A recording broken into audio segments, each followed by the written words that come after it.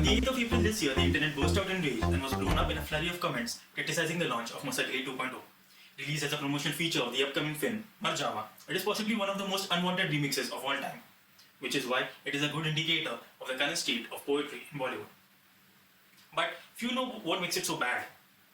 Perhaps it is not as bad as everyone thinks it is. But before you start judging me, let's take a closer look at it.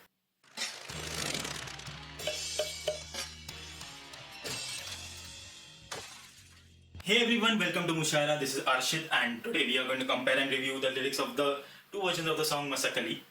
We will also see how they brought about a transformation of the lyrical world. Now let's begin with the original song Masakali from the soundtrack of Delhi 6, sung by Mohit Chauhan, composed by A.R. Rahman and written by Prasun Joshi.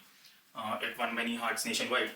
All of these people bagged several awards for their work, and it was one of the top songs of that year. Fun fact, it also inspired a new style of clothing. So what makes this song so special? For starters, take the word Masakali, which is the title of the song. It is commonly known that it is not present in any dictionary of any language. It is a newly coined word by the lyricist himself. So you might think that what's a big deal in generating a random word?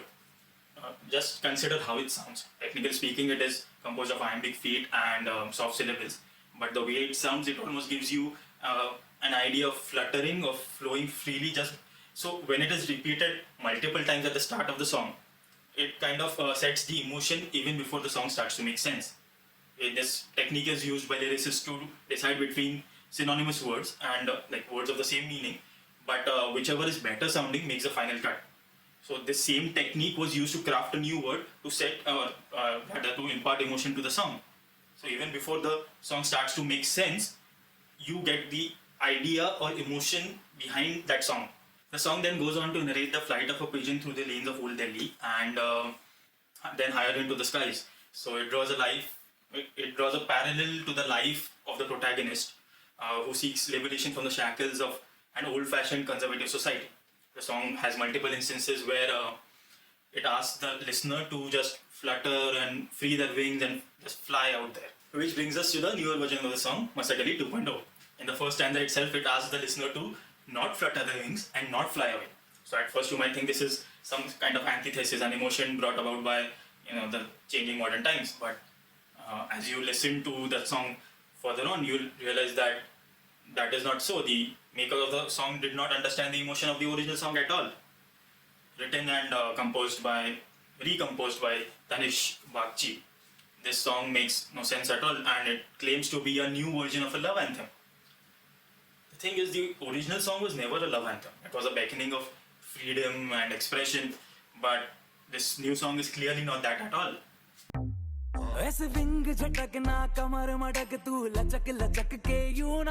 The first sign of a bad taste you get from this song is in the first line itself, where the word punk from the original song is replaced by wing. Remember what we spoke of phonetics earlier? This flies right into the face of it.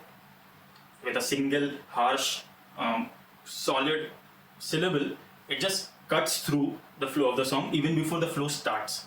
And that is not the only concerning thing about the song. Changing the language of a song or a word from Hindi to English to imply modernization is definitely not a right message to put out there. In the past half a decade, this has been unfortunately a very common trend. Where makers of songs start to use English words in the middle of a Hindi song just to make it sound cool or fashionable in order to appeal to a younger audience. See, I'm not against the mixing of two languages in a song, especially when the original song also contains an English word. The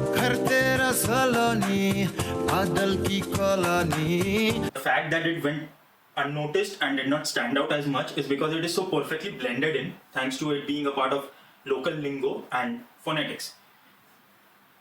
So this new song is definitely none of that.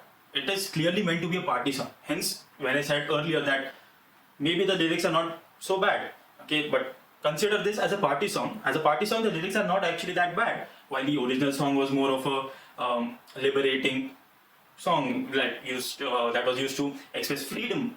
Okay, this new song is simply a naughty, flirty party song. Bollywood's message is clear. The richness of lyrics of a song does not matter as long as we use some catchy words and put in a catchy tune to go along with it. With a growing club and discotheque culture, this is something that would set people right into the groove, and we are just hoping that everyone would be just too drunk to notice. Okay, so who is to blame? Earlier this year, the 65th Filmfare Awards faced flack for giving the Best Lyrics Award to Apna Time Aayega from Gully Boy instead of another nomination, Teri Mitti from Kesari. While the latter is a piece of remarkable poetry, it does not. Let's be honest here. No one or not many people actually know the lyrics, let alone the meaning. So, which is why it never went its way past a simple soul soother or a bedroom lullaby. On the other hand, Apna Time Aayega was on everyone's mind. Everyone was singing it on the street. So while popularity is not necessarily an indicator of quality, it certainly has a potency to bring about a rise or a downfall of entire cultures. It would actually not be very surprising if Masakali 2.0 finds its way to blaring loudspeakers during festivals or parties. Although a grossly unfair comparison, at the time of making this video, Masakali 2.0 had 3.1 crore views as compared to the original song Masakali, which has 2.6 crore views. Which means people are watching this abomination. Whether you like it or not, people are going to listen to such songs. And the only thing stopping them would be the huge bundle of criticism and backlash this song received immediately after release. And backlash is actually good, although it creates a stigma of shame around it, but it also generates a requisite of awareness for what the song actually says. So people are actually going to care what the song means, what the lyrics mean, which flows right into the phrase of what Bollywood assumed for lyrics. Perhaps this is going to be our last line of defense against the invasion of bad lyrics. So the next time you hear a song, be sure to listen to what it says. Appreciate the good lyrics, shame the bad ones. Chuck the garbage off your playlist. If someone else plays the song, turn it off and raise your issue. Have that debate, have that argument. Because once a demand for good lyrics is created, supply is bound to follow. And trust me, you will be really, really thankful for it.